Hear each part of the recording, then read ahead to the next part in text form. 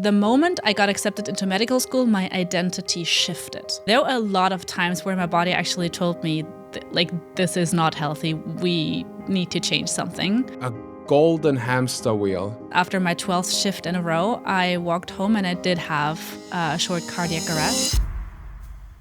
There were night shifts where I was responsible for 5, 6, 7 wards, and that means 150 patients plus. Having one emergency wasn't the issue, but if there was a second one occurring, I didn't know how fast I would be able to be there. You're literally sacrificing your health for me, for us, for our community. I shouldn't tell you how much I got paid extra for treating or being there for 150 patients a night. It's embarrassing. I need to shift that, and I need to actively change that.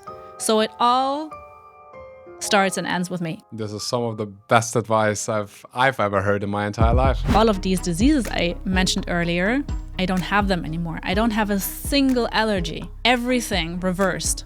Even the autoimmune disease that you mentioned earlier? Yeah. If we say something is incurable or there is no cure for it, my definition now is that we haven't looked at it close enough. I begged my mentor to let me go back, but she was like, Hannah, you will not survive this. And she asked me a question that changed my life. She asked me...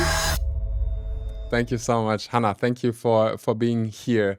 Whenever I see someone, whenever I see a doctor, whenever I see a nurse, whether that's online or offline, my first words are always thank you, because without people like you and also all of those amazing nurses who do a fantastic job, I wouldn't be here, and many, many other people wouldn't be here. So my first words for you today are thank you.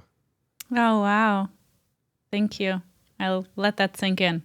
Let that sink in. And what I had to basically process and sink in was the fact that today we have a very interesting constellation, because I once was a patient and you once could have been the person who was treating me. You used to work as a medical doctor, as an oncologist, and that setup is just very, very special. I dove into your story. I learned so much about you, and my first question for you would be: what was the thought process initially when you said, "I'm gonna go study medicine. I'm gonna go study. I'm gonna go study and become a doctor"? What was like the initial process in your head? What were your reasons? So I think I had a pretty classical journey. So I do have family where we have a lot of people in the medical field. I grew up with parents, they had shifts. So as a 3-year-old, I knew I had to be quiet on a Saturday morning because my mom was asleep.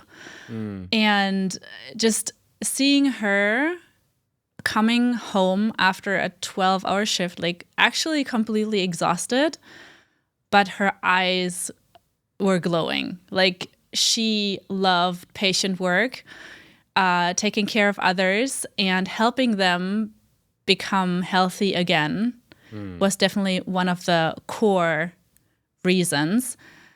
And when I realized that I also have the fascination for the human body, like, I could give a zillion examples, but before we started recording, we talked a little bit about the heart, or you told me a story. Yeah.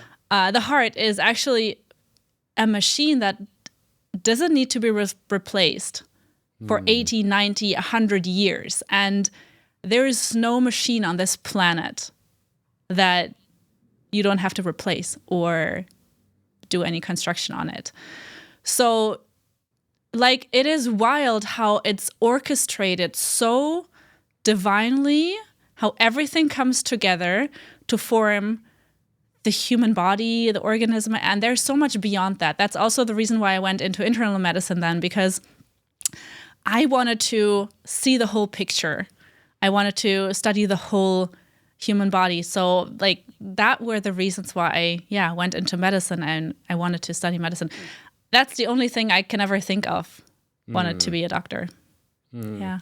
And so you became a doctor, which I have a couple of friends. I saw their journey, which is, I would say, one of the most difficult things you can probably do. Requires so much discipline, requires so much inner strength and willpower, and yet you decided to stop working. You quit your job.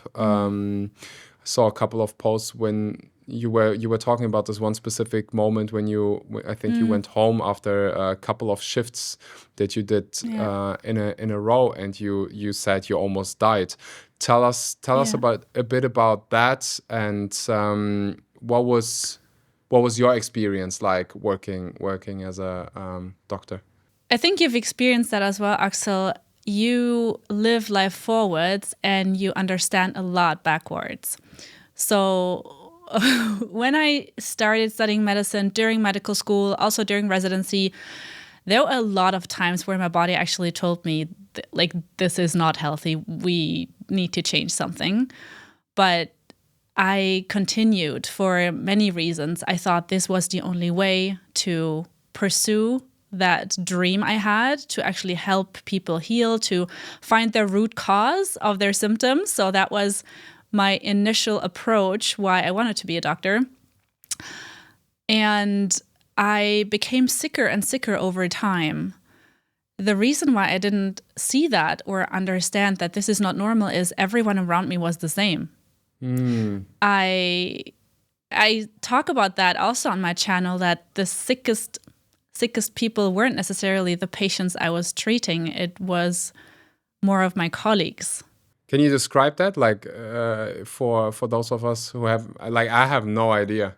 Yeah, so I feel like we live in a medical system where it's all about efficiency. And I mean, looking at behind the curtain, seeing that we definitely have not enough doctors, not enough nurses, not enough people to treat people. There were night shifts where I was responsible for 5, 6, 7 wards, and that means 150 patients plus. So running around, having one emergency wasn't the issue. But if there was a second one occurring, I didn't know how fast I would be able to be there if that was, 3 wards away from me. So that inner pressure, inner and also, internal and also external pressure of always functioning, always being there, always putting everyone else above yourself, having a very poor sleep, not looking after your diet, not looking after your own health. So there's a huge discrepancy because you think I have to be healthy for me. Now it's a natural given that I have to be healthy first in order to help others heal as the one who is the space holder. Yeah. But at this point, it wasn't possible. And that kept on going over years and years and years. And if you have one night where you don't sleep through, okay, you don't really give that much weight. But if that happens over years, at some point, your body has to give up. And that happened 2.5 years ago. So there were definitely more moments. I'll pinpoint that a little bit more precisely of chronic illnesses, autoimmune diseases. I had skin disease, bowel disease, all kinds of allergies I accumulated over time. And with allergies, the medical system tells you, okay, they can happen anytime, and we don't really know why or when. It can always happen. They can go back to normal, but there's not really a root cause behind this. Now I know that's not the truth, at least for me. that my body was reacting against something that was happening in the environment. And was it for you just the physical discomfort and pain? And honestly, I just had the situation. I was traveling to India and I couldn't. My visa arrived too late, and I take my sleep usually very seriously. But I was stuck at the airport, so I couldn't really sleep. I slept just one night of 3 hours. Like the next day I woke up grumpy. My mindset was so incredibly negative. I was rude. And I'm like, wait a second, who am I? And so I completely forgot, and that's great. I completely forgot what it's like to be sleep deprived. But when I can't even imagine nurses, doctors, anybody who's a shift worker who do this all the time. And I want to clarify this a little bit. It's not about the night shifts itself, that I don't sleep well in these nights, okay. Because I have that room in the hospital where I could potentially sleep, but it's like that really light sleep because you know your pager can go off anytime and you have to like be there in a second. But it's these nights off. So when you're actually home and you know your thoughts are racing, you wake up 3-4 times a night.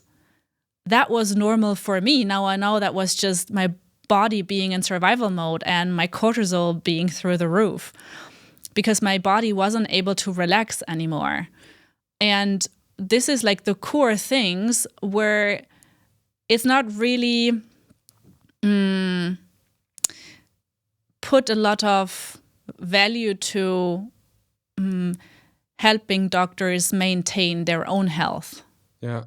So that one night, it has so much impact. And you talked briefly about how we could have met in a previous life with me working in oncology and you being an oncologic patient. If you sleep one night less than 4 hours, your natural killer cells, like the one cell entity that is also fighting against cancer cells in our body, is reduced by over 50%.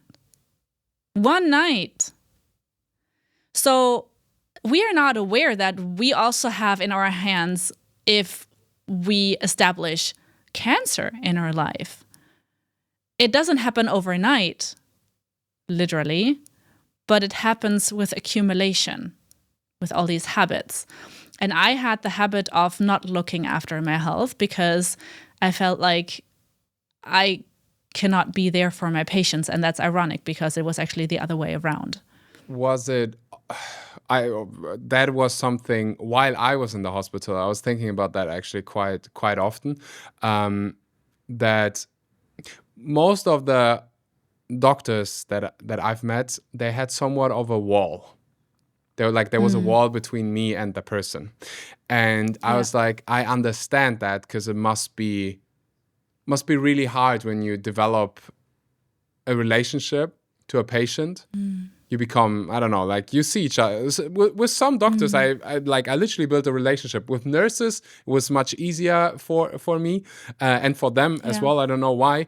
But I was like, okay, like imagine you develop a relationship and then, some people just don't make it.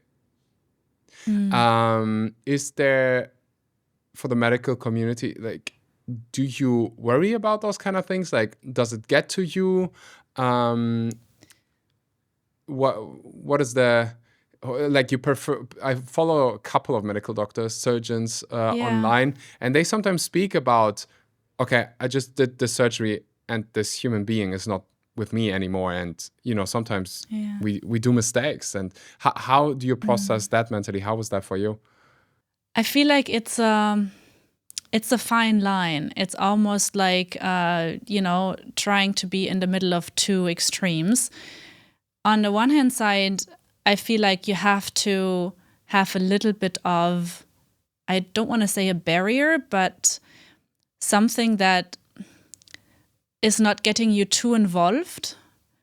Otherwise, it can kill you from the inside. And on the other hand, you also need to be or have a certain closeness and empathy, because it, at least now I know that it makes you a good doctor, or it made me a good doctor, to actually have that empathy and see things through a patient's lens. I feel like doctors don't do that often enough, to actually try to put themselves into the patient's shoes, to feel like what it's like to lie in that hospital bed, to not know what's happening, to get that diagnosis. So you definitely are a better doctor if you are able to put yourself into your patient's shoes and see it from their perspective, definitely. But it's hard. So I feel like there's not enough support to actually process this, because I remember the first patient I had to resuscitate, and we also weren't able to bring him back. That was like literally 3 minutes before my shift ended at 6 a.m. in the morning. And then the next shift took over and I went home. Or even if it's in the middle of your shift, you just have to continue because there are several other patients who need your attention and you fully being there. And like that, the flipping, the switching, that's challenging. While you were speaking, I had like pictures in my head of a couple of doctors that I will forever remember. And I will remember them for their empathy. Because I speak for a lot of cancer patients when I say, yes, treatment is painful. The psychological pain, though, is usually way more painful. It's way harder. And when you have, I had this one doctor, she just sat down with me. And she just listened to what I was afraid of, what I'm going through right now. Man, like she literally asked me, how am I? And we had this beautiful conversation. And she was just sitting there for like 20 minutes. I'm like, don't you have to go somewhere? She's like, sure, but I want to listen to you. And I saw that she did that with everybody. I saw the next day with a family, like really, and you see a lot of terrible things if you work on that I don't know if it's called department, but in the field of oncology. But she just took the time, and then there was this other young doctor who he made jokes, and just those little things, when I had them, when I felt there's someone who actually cares about me. That was really special. Like I will forever remember those moments, those people, and And honestly, Axel, I feel like we underestimate this like massively, because yes, there is the treatment, like the operation, the chemo, radiation, all these highly specified treatments we nowadays have, luckily, but we underestimate this is not like something minor. It's not like comforting you in a superficial way. This is actually healing. Like we really underestimate this. I remember working in the outpatient clinic. So I am sure you know where oncologic patients just come, they get their treatment like a chemotherapy, but the treatment is not so bad that they need to be hospitalized. So after 2, 3, 4 hours, they can just go home.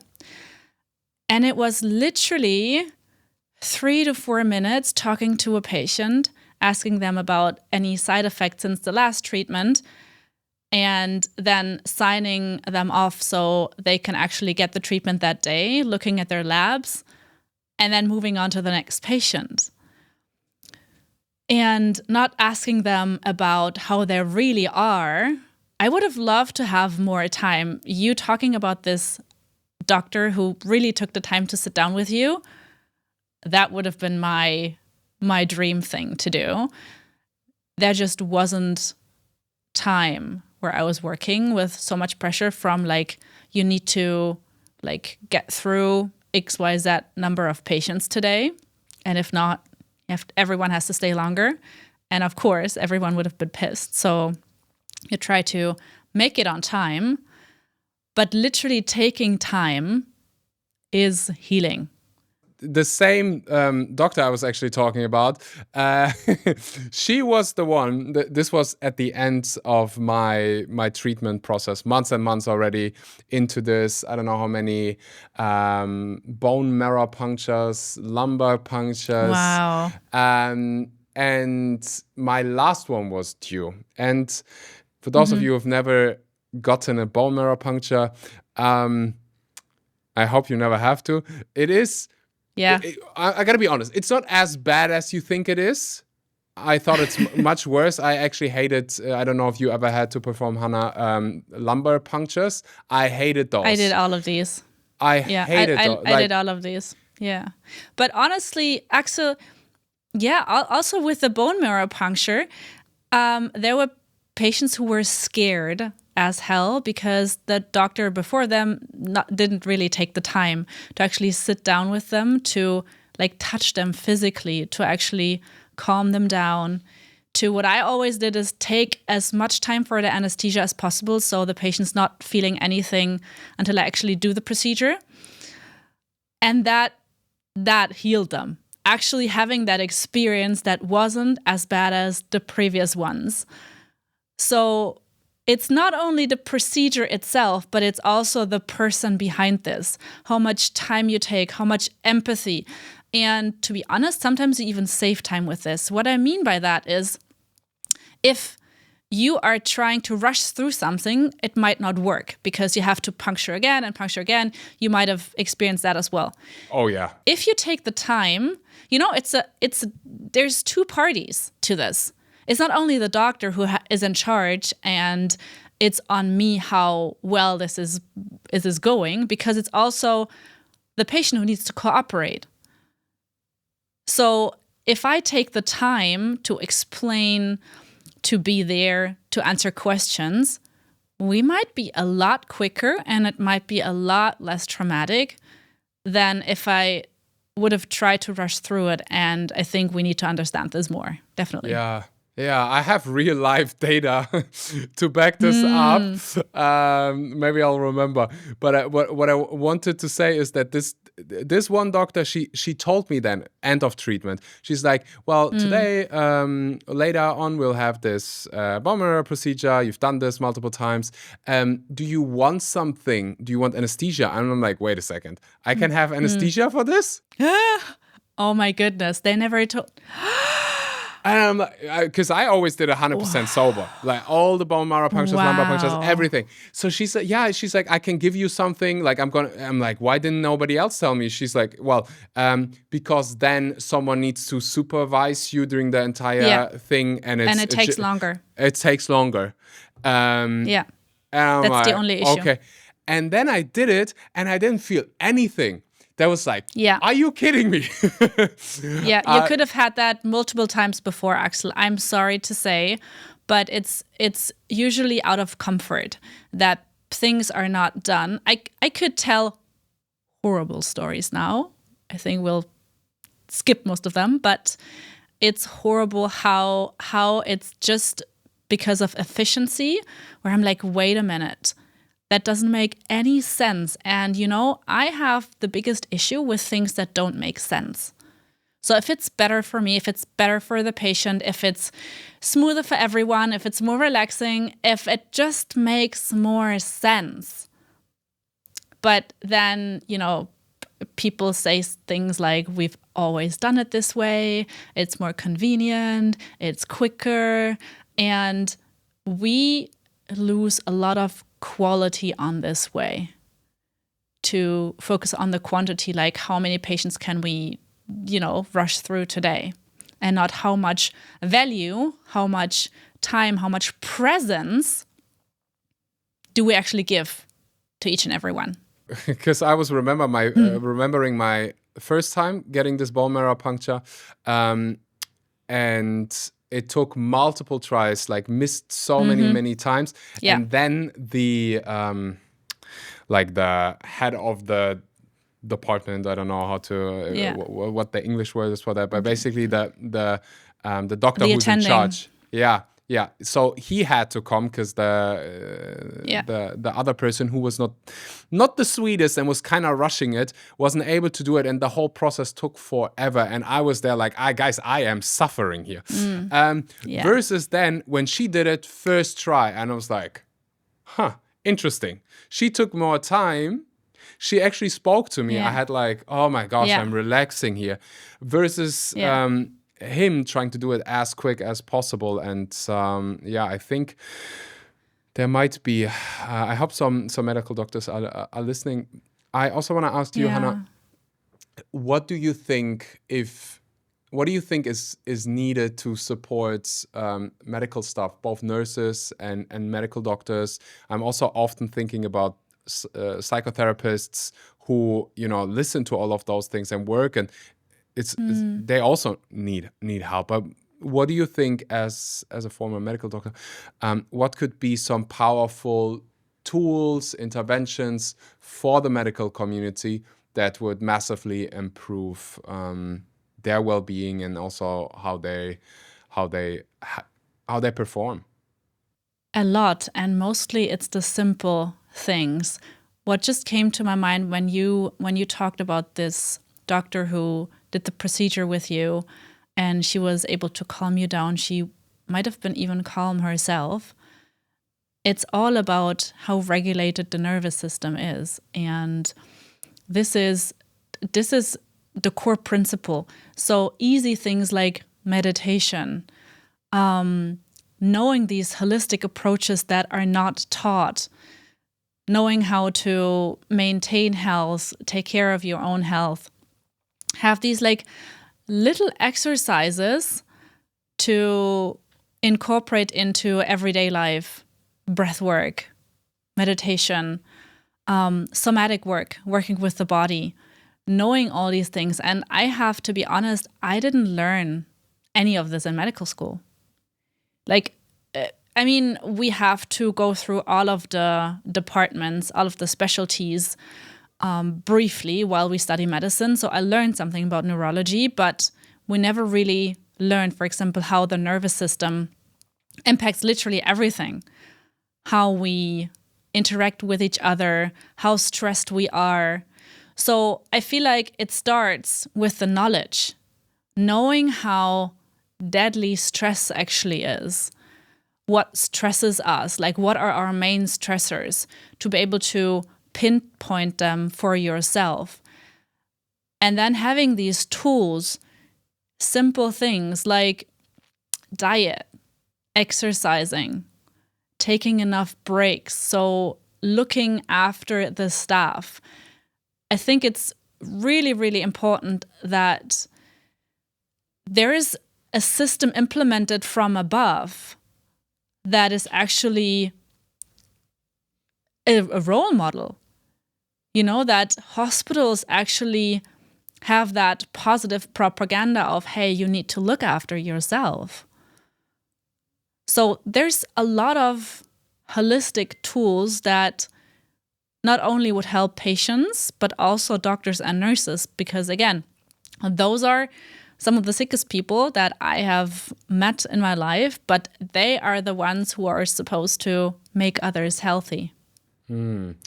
I can imagine if I'm going to be devil's advocate here and also think what most of the objections from doctors would be right now. They would probably say, okay, Hannah, nice idea. When? I don't even have time to say hi to my son properly, or go watch my daughter's gymnastic class. How? So again, I said we need to make a massive shift in the system. That it's ironic, but there's so many young people who actually want to study medicine. It's super hard to get into medical school. It's mostly based on grades and not on how empathetic you are, for example. So nobody actually talked to me before I went into medical school. I just had to hand in my grades and all of my test results from medical tests and nothing else. So there's a lot of people actually want to do this, but not a lot of places are there for medical school. So we definitely need more staff.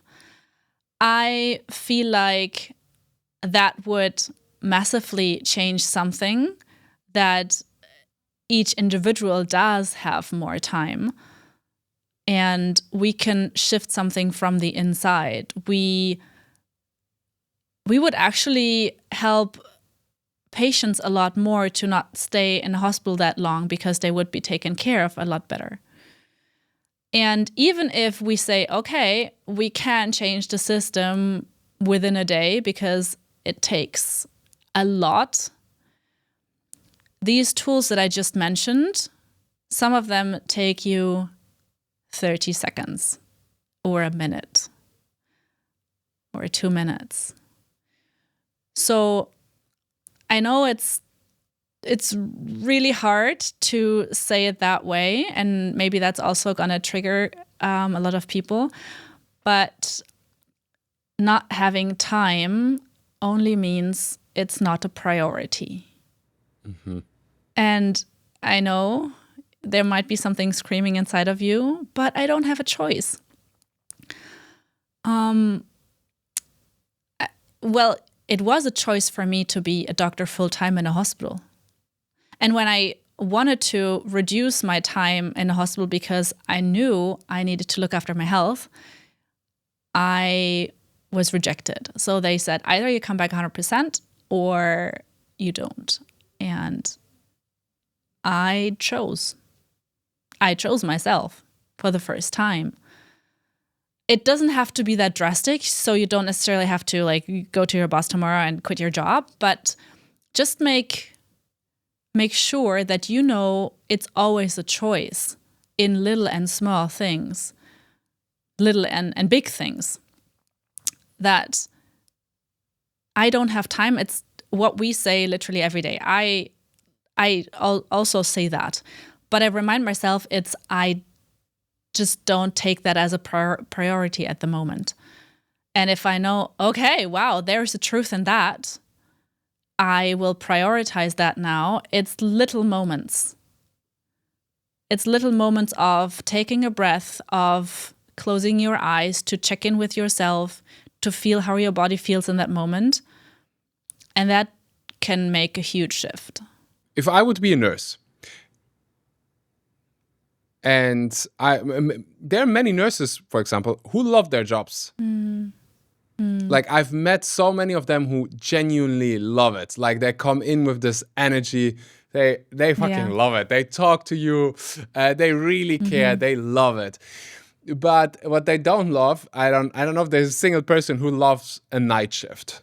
It doesn't feel like I can imagine for them, it doesn't feel like that there is a choice. Like either you do night shifts or you don't, but often then your employer says, well, it's required. Either you do it or you don't work for us. All right. Why don't you and I take a quick break, and why don't you and I subscribe to the show? This helps us and effectively you to get access to the best knowledge possible. It helps the show massively to get access to the most inspiring guests. The reason why we get access to guests like the one that you listened to today is because of you subscribing to the show. So please just subscribe. It takes about 2.5 seconds, gives you 7 years of good luck, and gives you also access to the best knowledge possible. Thank you so much. Now, let's continue with the show. It's so funny because my mom is actually one of the few people I know, she loves night shifts.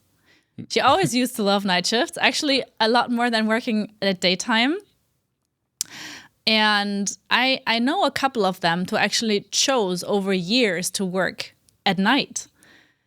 And I feel like we have a system where everyone has to be the same. And everyone, you have to do the shifts because you're in that hospital, you're doing this now. But what if we look at people's strength and see who performs best?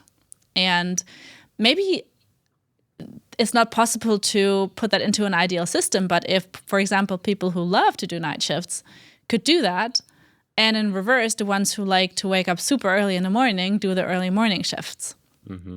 So, yeah, I think there might not be a perfectly ideal system, because we won't have a medical system where we don't need night shifts because patients are not like deciding I will not have an emergency now for the next 12 hours, so come back tomorrow morning. That's not how it works. But we could definitely improve that, I believe. I mean, it's I'm just gonna call it. Those are my honest thoughts. Whenever I hear someone who does night shifts, I'm like, wow, thank you so much. Like, you're literally sacrificing your health for me, for us, for our community. You should be like compensated so well for doing that. Like, honestly, I shouldn't tell you how much I got paid extra for treating or being there for 150 patients a night. It's embarrassing.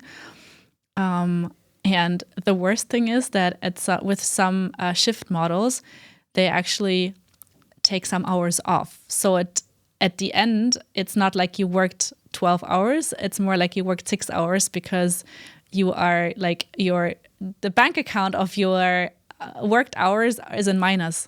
It's ridiculous, but this is also a huge issue. If it would be, I don't know, valued more, if it would be seen more, if you would be treated in a different way, I think people would want to do it even more, to actually be seen in that system. So when you had this moment of enough, and I'm sure it was a process, like you probably had those thoughts many times, like, it's enough, I'm gonna quit, I'm curious, what happened in the moment when you said, like, now it is finally enough? What was like the thought process? Was something, what happened so that you decided, like, this is it, I'm actually gonna quit? And how did you deal with it mentally? Like, correct me if I'm wrong, but I would assume in your mind there could be a thought process that sounds something like, hey, I love helping people, and I at the same time need to listen to my own like, look after myself, but then am I letting them down? How was that for you?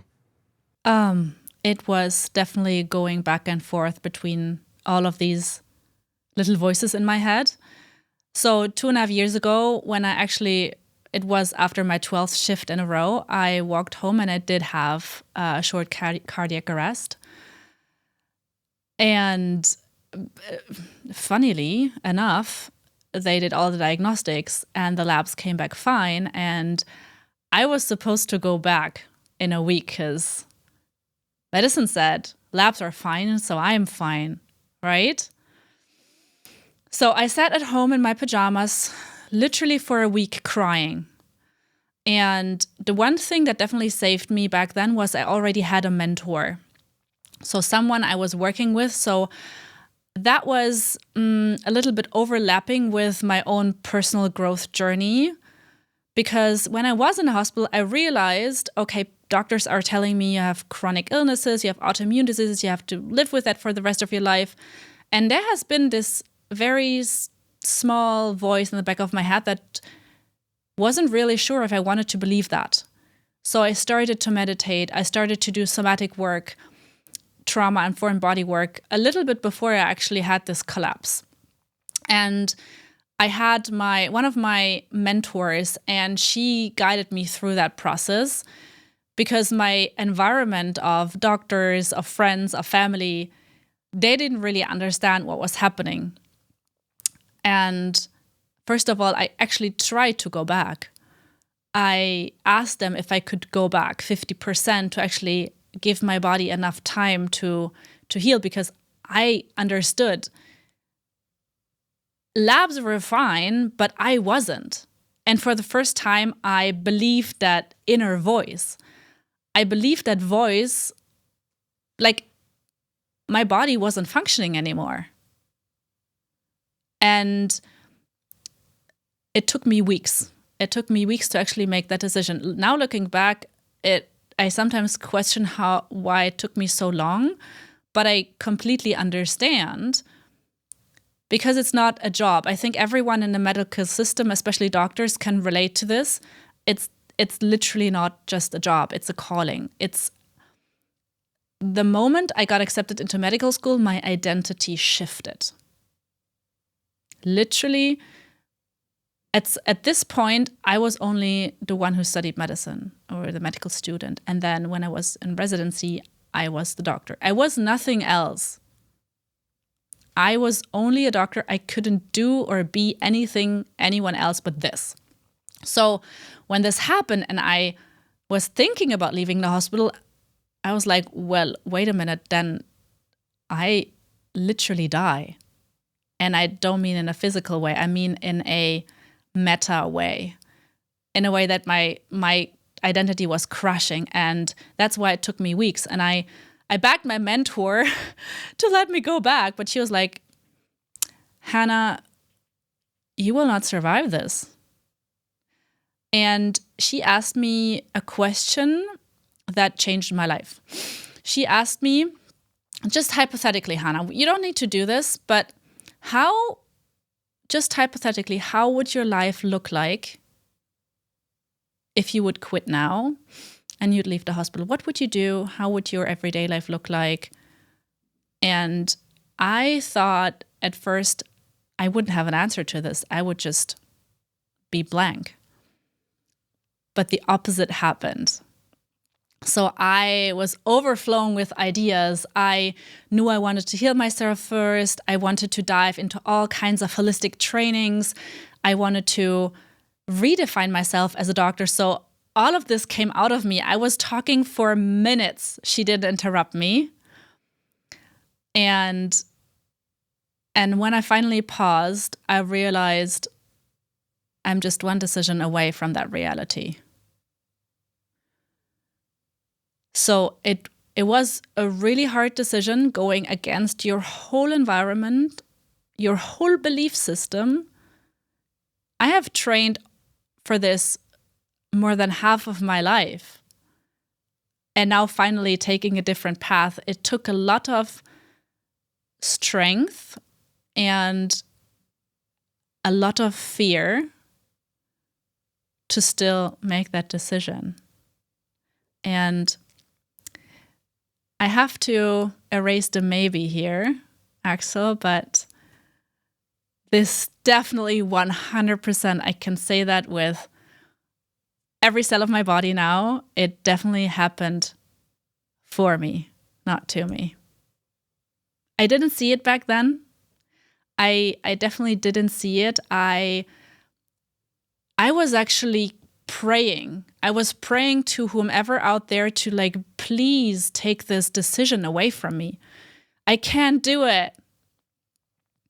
But now I know I wouldn't be here and I wouldn't be the person I am today if I wouldn't have been the one who made that decision, who took my own life into my own hands. Sounded like you honored your truth.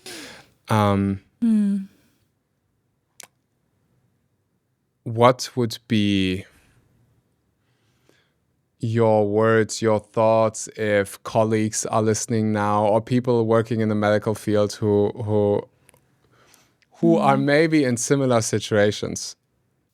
I feel like each and every one has to make their own decision. I like to say, because I get asked, Hannah, would you study medicine again? Would you be a doctor again if you look at your life right now? And I always give the same answer. I definitely would study medicine again. I would become a doctor again. I would do it all again. But I would also quit again. That's my answer, because you know how everything that we go through is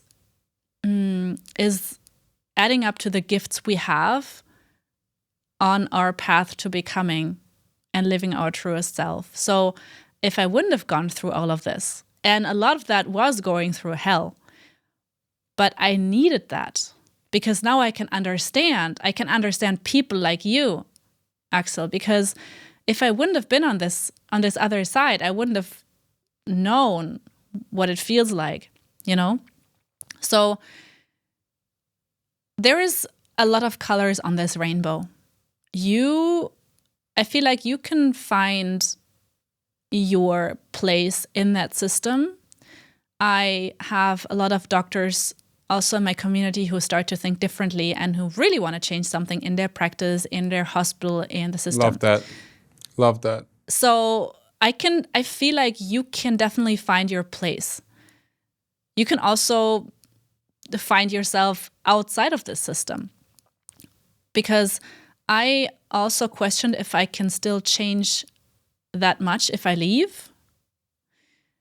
In the beginning, I had to leave for myself, but now I understand I left for myself in order to leave for others, because now, with everything that I have created in the last 1 to 1.5 years, it shows me how many more people I reach with holistic approaches. So even if you find yourself looking at alternatives outside of the system, just know that this is not the end. It can be a massive beginning of something new. And your inner compass will know what's the truth, what's not. Because I told you earlier, the last guest I interviewed online was also an oncologist, or is an oncologist. And I can tell you, she fucking loves her job. She loves working in that clinic. She changed the entire, I'm sure you're aware of the food situation in many hospitals. They completely changed they're serving whole food options now. And she loves working as a medical doctor. Like, she loves seeing her patients. And I think there's different truth for everybody. But what I think everybody can agree on, there needs to be massive, massive changes. And nothing will change unless people like you and others actually unite and stand up for what's not fair. And decision makers sometimes need a little bit of pressure and see how stupid it is to treat the people who are because if I understand it correctly, a hospital is a business. 100%. And I think there is part of the problem. And part of the reason that I now know is what actually made me sick was speaking and living against my own truth. And I feel like that's also making a lot of doctors that I know sick, because they feel like there's something going wrong, but they still participate in it. So I feel like you can see it from a different lens as well. If we look at productivity and we look at profitability, well, okay, let's say a hospital is a profitable business. We would be a lot more profitable, I believe, that is just my hypothesis, if we take patients and also nurses, doctors, healthcare workers first. If we look at the human, if, for example, you just made this example with Whole Foods. So Whole Foods are more expensive on the bill. But what if it actually results in the patient being a lot less in the hospital because they can recover better, faster? But wouldn't that be bad for business? Technically, you could take in more patients. But also, if we look at the bigger picture, I like to look at the massive picture of if we look at productivity, because we want people to be able to work, right? Because if you work, you are adding up to the productivity of the country, for example. So if we help people be sustainably healthy, they can thrive, they can look after themselves, they can be productive for themselves and for others. So looking at the massive picture, it would definitely help. I mean, from a business perspective, I don't think it's controversial to say that. I think it's very well established, and the biggest businesses in the world, they understand it. That's why you see companies like Apple or Google treating their employees the way they treat them, and giving them massive benefits, and giving them massages, gyms, creativity hubs, places to meditate. And, you know, I've seen some wild things, personal trainers. Every business, not every business owner, every smart business owner knows, like, the well-being of your team is the most important thing, because if they're not doing well, they won't be productive. And there's the whole idea of a business producing value to the marketplace. And so, that was something I didn't get. Like, okay, you guys are a business. Your employees, like your team, is you should care so much about their well-being, because they are producing for you the value to the marketplace. And if you treat your doctors like shit, they also, at some point, they will probably go to a hospital where they get treated better. And we see that. I mean, we see a massive flooding or a massive movement, actually, of doctors leaving. Well, let's talk about Germany because we're both Germans, but, you know, going to other countries where they're treated better. And the problem is there already. We just try to cover it up and not look at it. And everyone is getting older and older. So there's a lot more elderly than 50 years ago, you know? So we're actually shifting the problem to another point. And I mean, if we look at business owners and businesses, and you look at the pattern, you see that they're looking after themselves if they have a thriving business. You look at their companies and their employees and the system that you just mentioned. So there is a pattern that these people are actually looking after themselves. Because if you're not looking after yourself, everything else is useless. If you're watching this, this means Christmas is approaching, and my book, Maybe This Is Happening For You, Not To You, is the perfect Christmas gift for everybody and their grandmothers.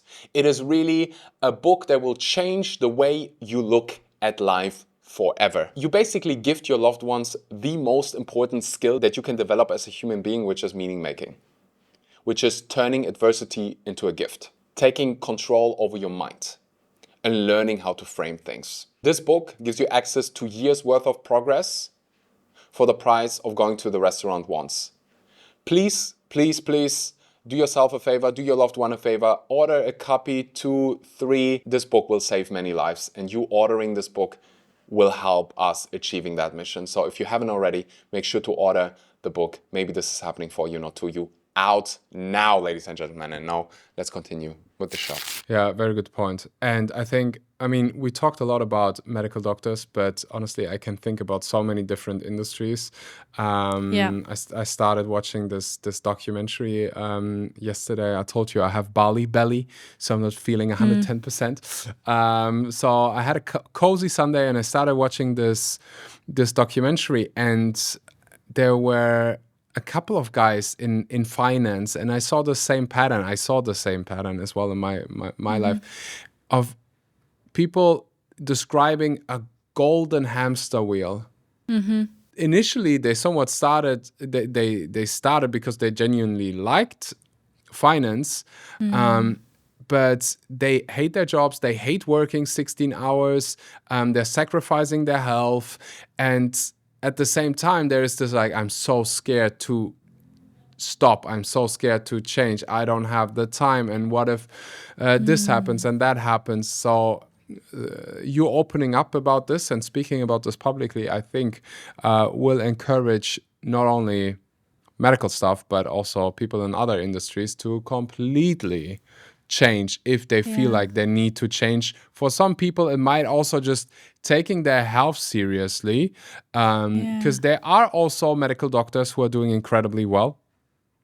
There are also lawyers, people in finance who are performing on a really high level and somehow manage. So I think there is a way, there is hope.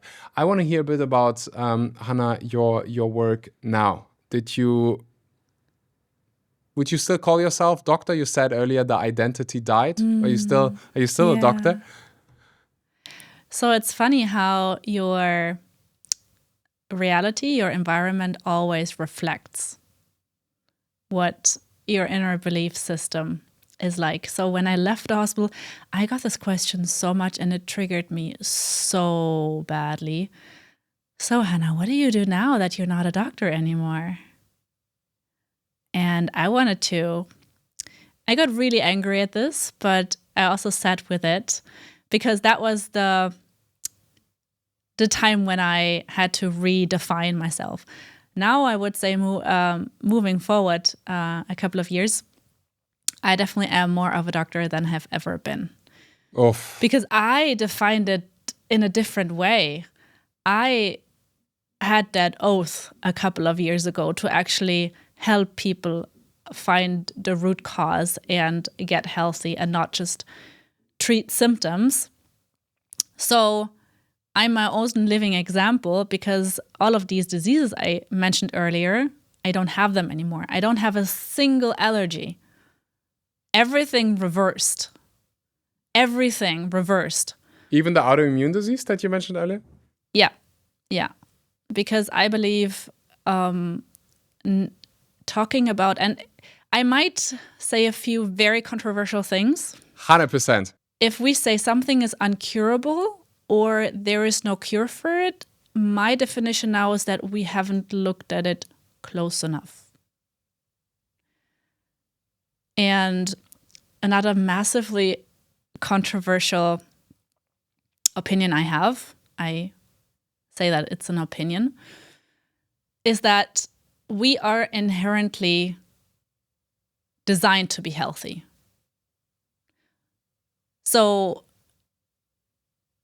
limiting beliefs, unprocessed trauma, nervous system disruption, environment, you name it. All these things that are adding up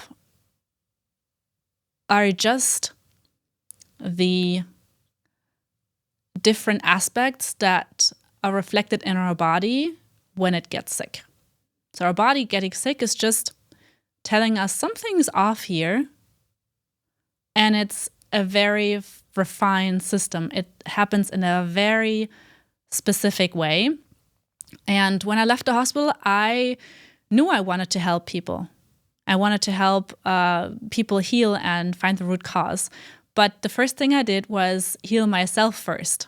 And it's ironic because I never questioned that before when I was in a hospital. So I left Germany. I left the hospital. I left Germany.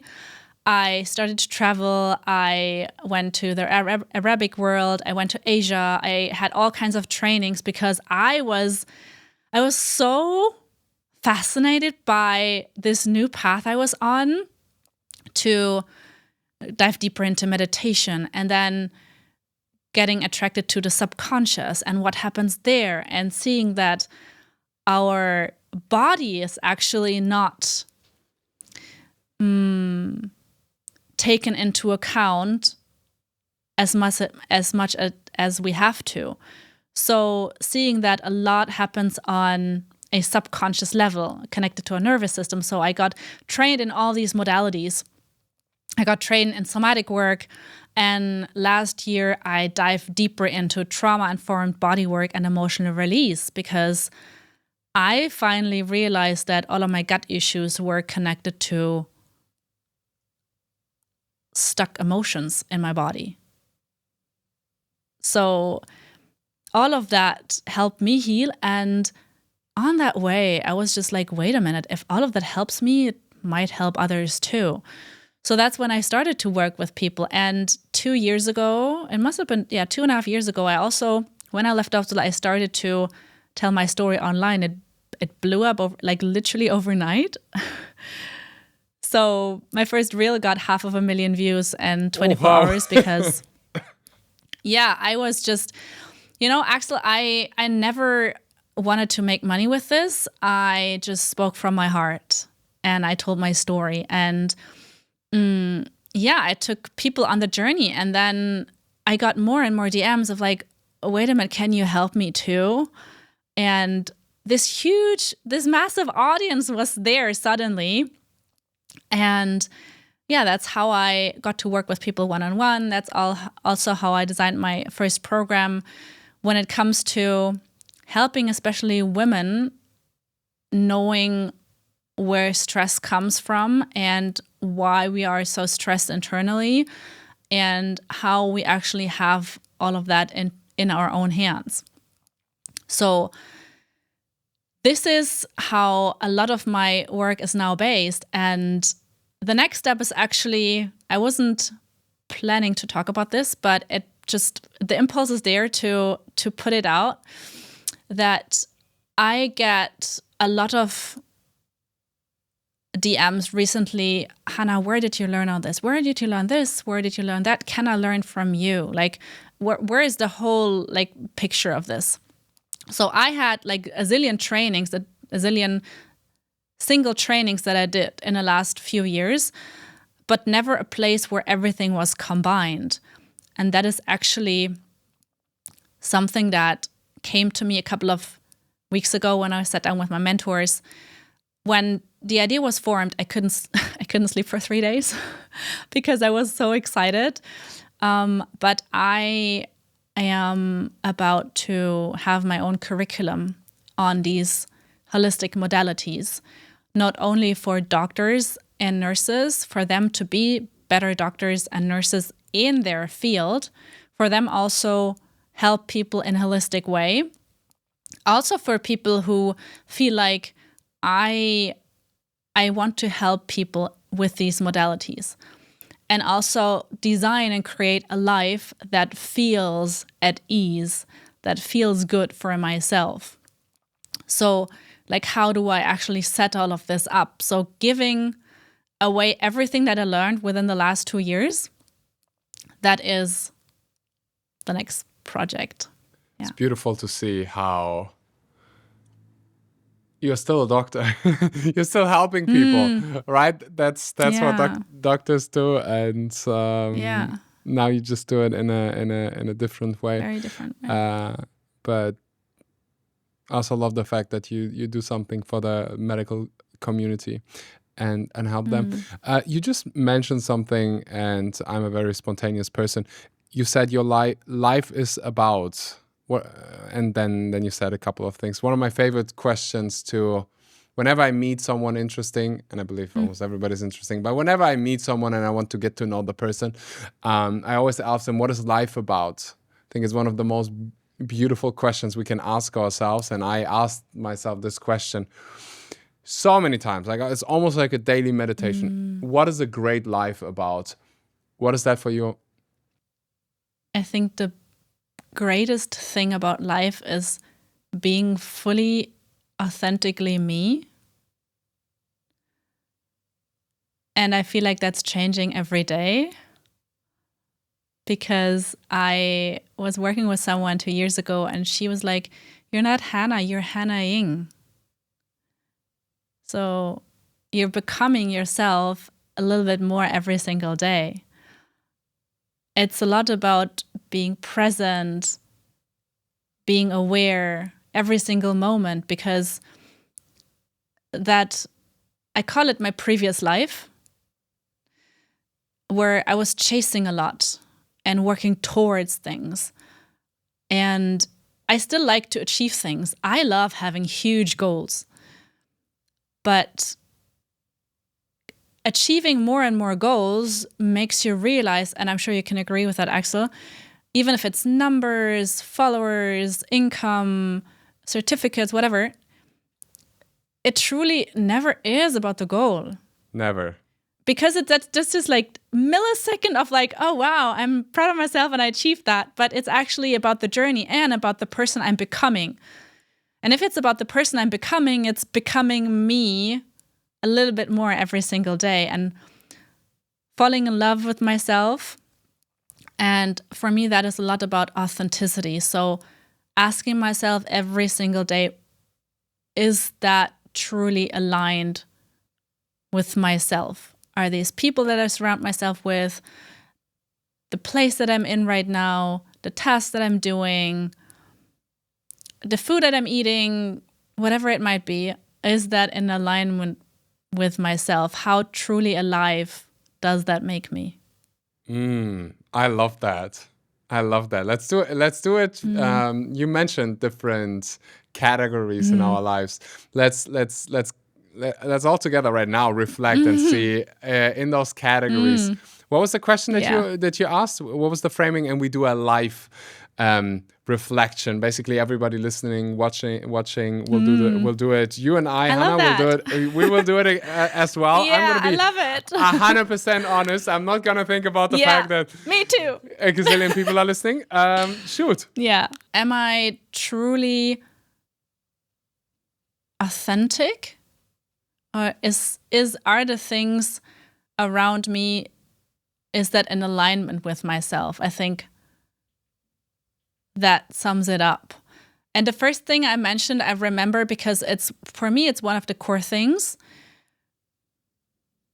is people around me. And I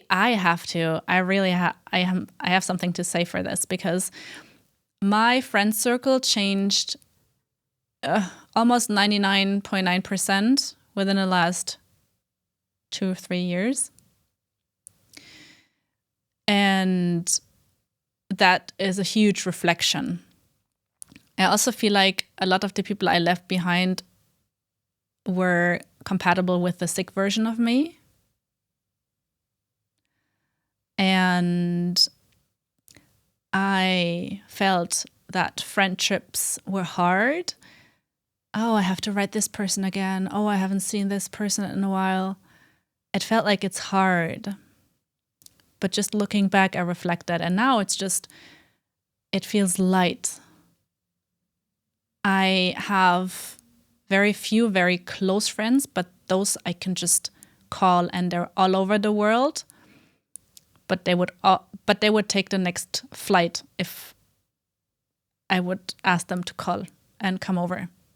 So everybody listening, watching, ask yourself, in terms of the people, the relationships in your life, how authentic do you feel? How happy are you with the 5 people you spend the most time with? Like, who are the people you spend the most time with, and how happy are you? And also, like, I like to ask myself in terms of energy. So I can feel if I'm in a conversation. We can take this conversation now, Axel. Do I feel like my energy is rising? The energy in my body, my energy field. Can I continue like this for hours? Do I completely forget time? After this, do I feel drained? Do I need to take a nap? Or could I just continue talking? So in which direction does it go? And it also depends on how much you are in connection with yourself, obviously, to be able to pinpoint that. But be brutally honest with yourself. If a person drains you and they make you feel insecure and they make you feel bad or drain your energy, what I like to say is you are allowed to give them limited access to yourself.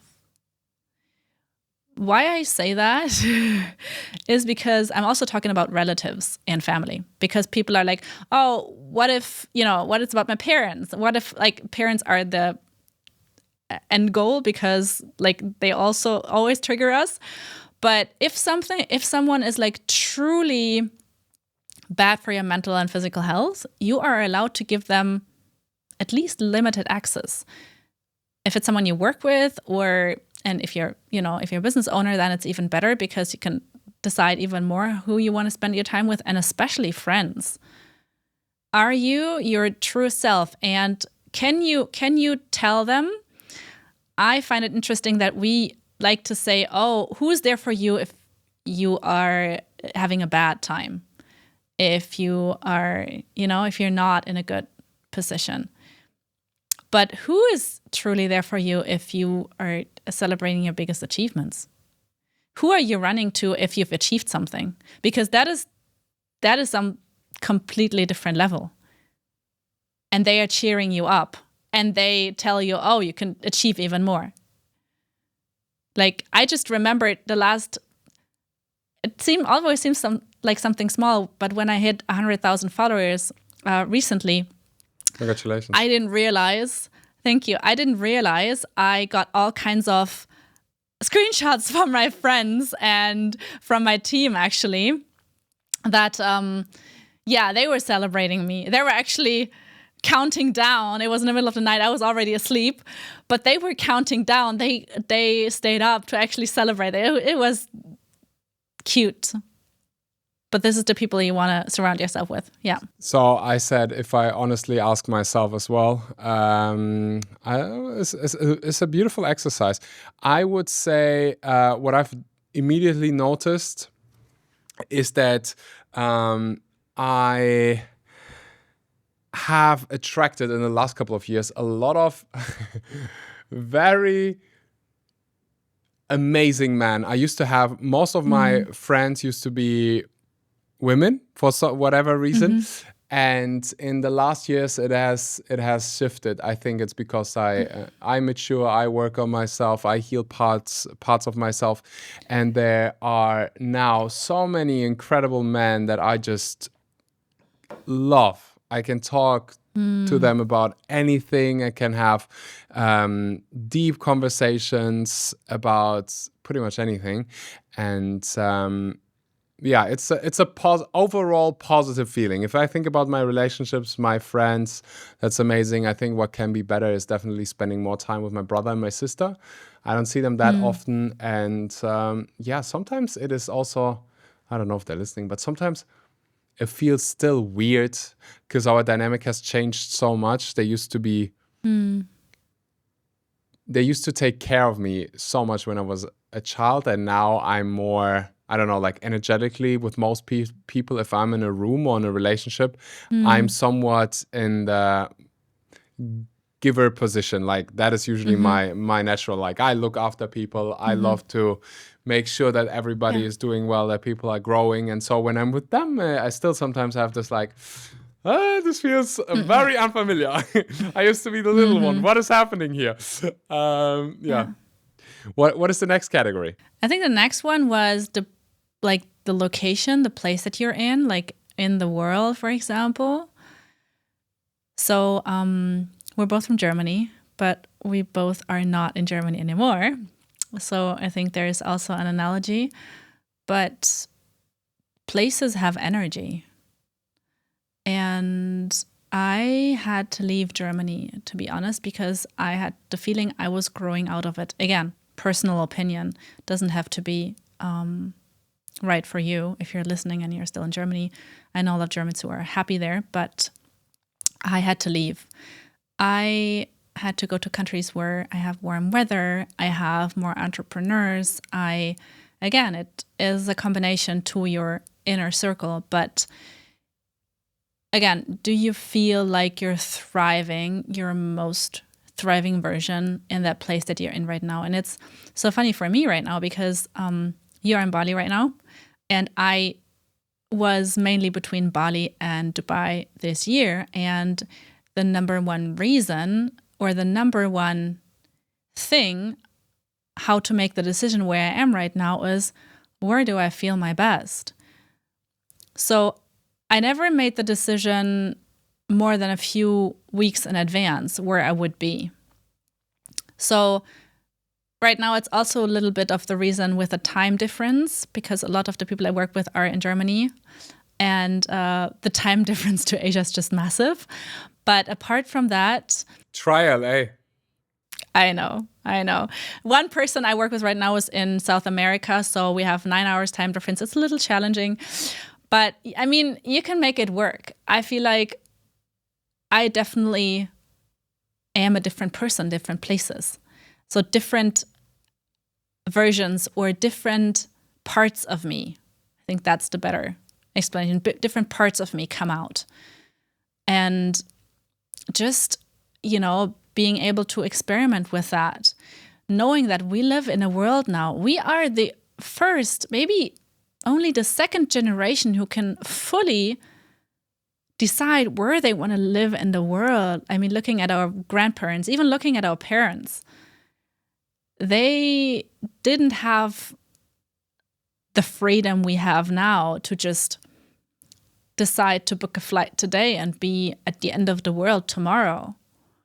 And again, knowing that you have the choice to try that out, where do you feel you're most thriving? Very true. It's something that is present for me at the moment a lot because I would call myself a health conscious person. And right now there is a lot of burning happening. It's like burning season here in Bali. So I can feel that in my lungs. The air is polluted. And so I'm asking myself the question: where do I want to live? Where do I want to spend time? Like energetically, I feel so good most of the time in Bali. This time it was different. Like when I arrived, and I could just feel how I was not doing as well as I did before. For example, in LA, which is funny when you not funny. What's the word? Interesting, I would say, if you talk about burning. But I think overall the air quality there was better. For example, there I felt really good because I had the people, I had the bubble, I had incredible food. Like there are some supermarkets that I just really loved. Like I felt good, like you described earlier.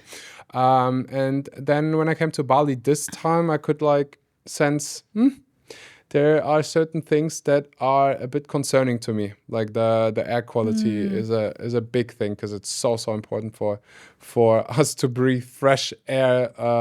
So yeah, that's a big part in my life. Like if I would reflect and answer your question, there is definitely potential for change because it wouldn't feel 100% authentic. Like I really care about my health, and if I would see myself breathing this kind of air for the next 50 60 years all the time, I don't know. So yeah, right now I'm just thinking about different locations, but I could say there is dissatisfaction. Yeah, I mean, it's also about like being aware that what do you want to tolerate, what you're willing to tolerate, and what not. I feel like is there an ideal place? I don't know. But what are you willing to tolerate for the moment, and what is like a huge non-negotiable for you? I think, and again, just being aware of that. Awareness is a huge part. So if you're aware, okay, this is actually something that is bothering me, but for the moment I am able to tolerate it, fine. If you're doing it from a place of awareness, I think it makes a huge difference compared to not being aware of it and just going with it, you know? So for me with Dubai right now, I also tend to decide on the place, the focus I have.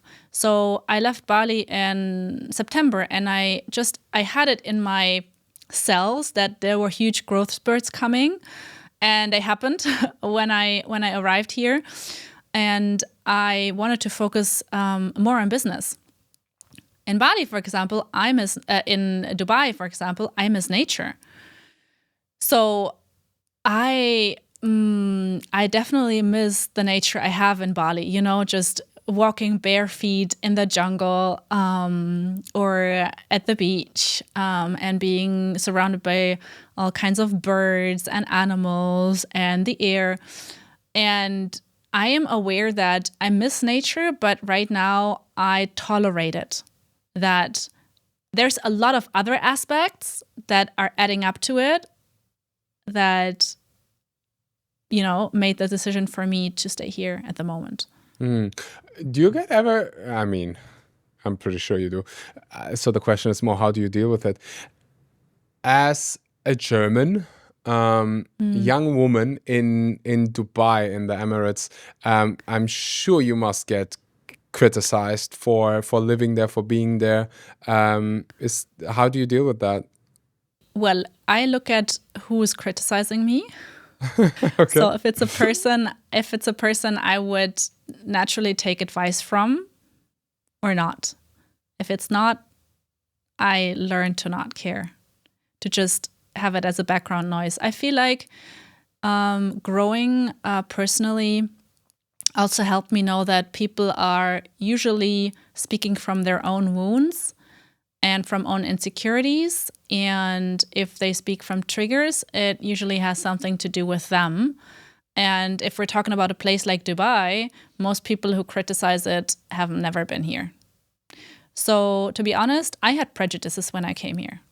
I had prejudices against the Arabic world, against Muslims, but it was just from watching TV when I was younger. I don't watch TV anymore for years now, but it was a picture depicted that has never been matched with any form of reality. So when I came here, it's so funny that something like thinking women are suppressed here is just wandering through media. And when I was here, I realized that I actually learned how to be escorted as a woman in a proper way. So being valued in a completely different way than in Germany, for example. So in Germany, just an example, and that is not generalized, it doesn't go for everyone, but men would rather shut the door in front of me than hold it open. And here, every door is held open for me, regardless. If I walk in front of an elevator and a man is standing there, they let me walk in and they're not entering the elevator. They let me take it by myself. So these are just experiences I made to realize, I had a completely different picture in my mind. So I don't blame these people who criticize. I feel like there's very little criticism because I'm very open and authentic how I see things, and I don't necessarily, push people to agree with me. I think it's really healthy to have different opinions, but also seeing things through my own reality. And if that is a person who's sitting in cold, wet, dark Germany right now, and I've never been to a place like this, I get them. Mm-hmm. Yeah, I mean, my perspective on this is we should always talk and never hide. We should talk about things that are unfair or that just need to be addressed. And there are many things in Dubai that need to be addressed. There are also many things, like I speak as a German, many things in Germany that need to be addressed. And I would say, how about we focus on those things, like, especially if you care so much about community and people, like focus there. Where focus goes, energy flows. Exactly. Yeah. And because sometimes I'm just asking questions, okay? Because I know about myself. Okay. I am making. I'm far away from perfect. I make decisions that are not great. I fly. I'm not perfect, but I don't slide into other people's DMs and tell them what's all shit about their lives. But if that ever happens to me, or I see someone in real life, and it's the most German thing to say than to speak about, Dubai. I just invite everybody to look at yourself. What are you doing in your day-to-day life? And I had this conversation with someone, with a fellow German, and I was like, where do you shop? She's like, what has that to do with the question? I'm like, just tell me, where do you get your clothes from? Well, H&M, Zara. And I'm like, okay, do you understand where your who's producing that? Well, I don't know. We'll probably like made in Bangladesh. I'm like, okay. And under which working conditions? Yeah. Interesting. I think there would be more power if we just look at ourselves and see what can we do in our own lives, instead of trying to pull other people down or criticizing them. If they want to go live in Dubai, let them live in Dubai. But how about you? What are you doing? What are you eating? What are you drinking? Where do you buy your clothes? And I'm sure it's not perfect, because I've never met a single person for whom it's perfect, but there's this quote from the Bible that I probably not going to be able to translate perfectly, but there's this situation with Jesus, I think, and he invited whoever is free from sin may throw the first stone. But nowadays with social media and our culture, we are all throwing stones while we all are full of sins. So, Yeah, but You know why? Well, I would say it's just so much easier to look at other people's problems than to realize, oh, wait a second, I have to look at myself first. And that requires work. It requires courage. It requires discipline. It requires a lot of discomfort, because looking at yourself and realizing, oh, I have that responsibility. And I saw a reel from you, Axel, it really resonated with me. You're talking about responsibility. So the word self-responsibility. And, having the ability to look at yourself and respond to what you're seeing there and having it in your own hands. It's always easier to say, oh, my doctor, they didn't prescribe me the right pills, rather than, oh, what did I do wrong the last 10, 20 years, what I could have done differently? Because it's discomforting. It takes effort, and all of this requires a lot of self-reflection. So that's why people like to blame. But again, I look back to, those are not the people I usually take advice from. It's not like criticism is bad. I think we need discussion. And if I have people who question things in my DM, I answer them. I love to have discussions if they come from a respectful, respectful eye level, so that we're looking at each other with respect and not like pure blame. And that goes for every aspect of life. That's unhealthy. 100%. We have a healthy tradition here at our podcast, and whenever I do it online, offline, which is, imagine I would be writing a book and I put into this book the best advice that you've ever learned, that you've ever heard about health, relationship, finance. You can pick a category. And I would put everybody's best pieces of advice into this book. What would be your contribution? What would you want to see in this book? The first sentence that comes to me is, it always starts and ends with me. Can you explain? Because you named all of these categories, and I think my mind tried to find something, or my subconscious tried to find something that resonated with a lot of these categories. So we just talked about self-responsibility. So I feel like the way I see myself as a doctor right now is just, maybe not just, that diminishes it, but helping people remind themselves of their inner healer. And, we run to doctors to find a solution. And don't get me wrong, we need surgeries. We need hospitals. We need medication. We need all of these if we have emergencies and all of this, okay? Just state that. But apart from that, it is about questioning how much, or realizing that I have it in my own hands. Also, when it comes to relationships, also when it comes to finances, we always say, well, but I can't do anything about it. Or it's not that easy. It's not that simple. Or, you're so lucky to live that life now. You don't have this or that. And it's limiting beliefs that I tell myself, or someone might tell themselves, to not realize how much self-responsibility is there, because it does start and end with you. In every area of life.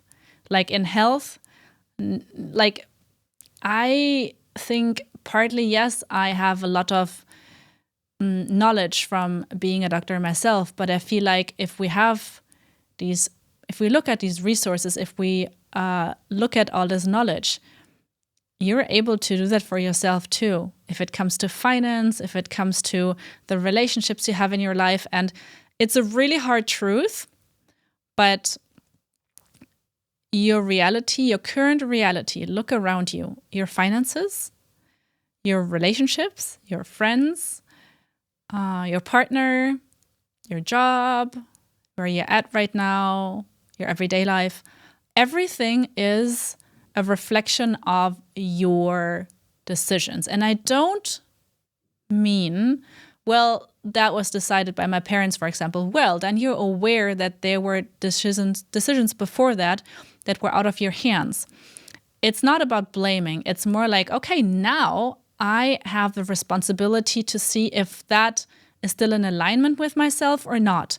If it is, great. I don't say that all of the conditionings we have from our parents and from our ancestors are bad. Because when we talk about these transgenerational traumas, we tend to say everything is bad. No, I think there's a lot of good things that my parents passed on to me. It's just my responsibility and awareness to look at all of these little things and decide, is that in alignment with me? Do I want to keep that? Okay, great. If I don't, I need to shift that and I need to actively change that. So it all starts and ends with me. Cool. This is some of the best advice I've ever heard in my entire life. Wow. Starts and ends with me. I love that. And it's true for so many categories and areas of our lives. Starts and ends with me. If you, Hannah, had the power to create one rule that every hospital on planet Earth would have to follow, what would it be? Put humans first. And everything else would follow. If you treat them with kindness, with empathy, with respect, if the human, the person behind everything would be the highest goal, everything else would follow. And I mean the patient, the relatives. How many relatives I didn't have time to talk to on weekends because I was on rounds and I had 30 patients for 3 hours. It's just impossible. You start working and you already know it's unachievable. And it only somehow works out if there's no emergency. If there's an emergency, you just lost. But so many desperate relatives who wanted to have answers, and how much I could have helped them and their relative heal, to just sit with them and have time. The nurses, the doctors, the cleaning ladies, treating everyone with respect and seeing how we can best support the person behind this would be the ultimate goal. Everything else would follow, because then we would look at, okay, how can we give them the best nutrition, for example? How can we help them with alternative health modalities, for example? What is best individually? I also feel like medicine is too generalized. So we give everyone literally the same pill, but like looking at the whole ecosystem of a person, even the trauma, even nutrition, all of these different modalities add up to what kind of medication someone would need best. And again, if we put the human at the center of everything around this, that's what I would do. Love that. And if people are listening, watching right now, and they want to say, and they are thinking, they're saying, Hannah, I would, can you please be my doctor? Yeah. Can I be guided by you? Can I work with you? What are the possibilities here? You did mention a couple of ways how people can get involved. What would be the best way? Best way definitely would be reach out through social media. My biggest community right now is on Instagram. hannah.medic. There's also my English speaking account. I will definitely distribute a lot of what we talked about today on this channel, where it's about my own curriculum. I also have a website, hannahmedic.com. It's in German, so even if you only speak English, you can reach out, and feel free to look at everything that you find there, and also book appointment with my team. That's wonderful. Hannah, thank you. Thank you so much. You mentioned earlier, it's always a good sign when you have a conversation with someone and it's been hours and it feels like 15 minutes. That's the case right now. I was just checking the clock. I'm like, Jesus Christ, this has been 1 hour, 40 minutes. I'm like, oh, wow. Yeah. Felt like I just started, but that's usually a good sign. I want to say a big thank you for your work, your soul, for reaching out, for sharing your precious time with us, and for showing us how important it is to trust our inner guidance, our inner compass, to follow the path that is right for us, even if it's incredibly scary at times. And you are a phenomenal example for courage, and that life always happens for us. And big thank you, Hannah. Thank you so much, Axel, for the invitation. I'm really wondering how our connection would have been if we would have met a couple of years ago, but I think I'm bold to say we are the epitome of, both of us, taking your life into your own hands just makes a 360-degree turn. Yeah, I would say I'm very happy about the fact that we are meeting now and not me 3-4 years ago, because I look much better. I have more energy to get to me you. too. No, just such an analogy of like how quickly life can change, how drastically it could have gone a completely different path. I have medical doctors in my containers, and every single time when I'm like, right now I'm supporting you. A couple of years ago, it was still the other, like it was the other way around. So yeah, life can happen and change like this, and I think we're both incredible proof of this. Hannah, thank you so much. Everybody listening, watching, go support Hannah. I didn't know that you have an English channel. Now I know. Let's all support it. Or it's in the making. It is already there. I will. We can put it somewhere. It's hannahmedic.official. But this whole curriculum is planned to go international. So this is why everything there will be in English.